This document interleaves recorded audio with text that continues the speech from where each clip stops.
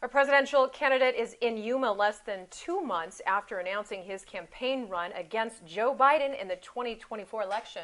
News 11's Samantha Bird joined the candidate on his trip to the Yuma border this morning.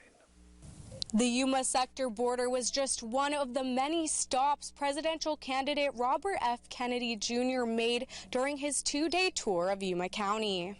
Another politician witnessing the U.S.-Mexico border firsthand. People all over the world now believe that we have an open border here. And, the cartels are deeply involved and are making billions of dollars from this. In April, Robert F. Kennedy Jr. announced his candidacy for the Democratic nomination in the 2024 presidential election. He says he has a border plan in place if elected president, saying the government is not stepping up to the plate. This is a failure of the federal government.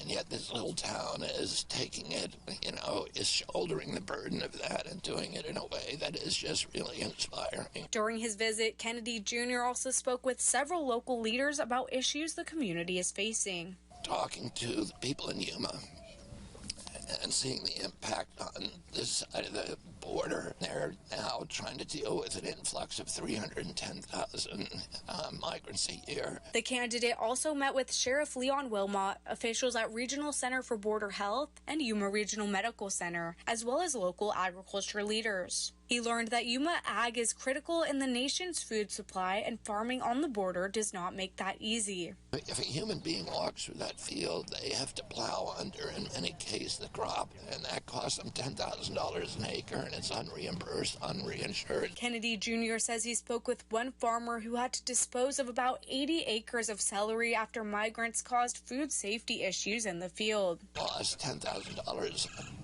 an acre.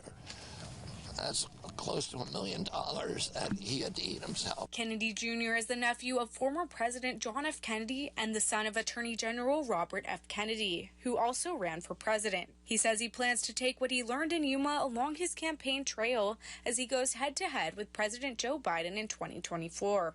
Reporting in Yuma, Samantha Bird, News 11.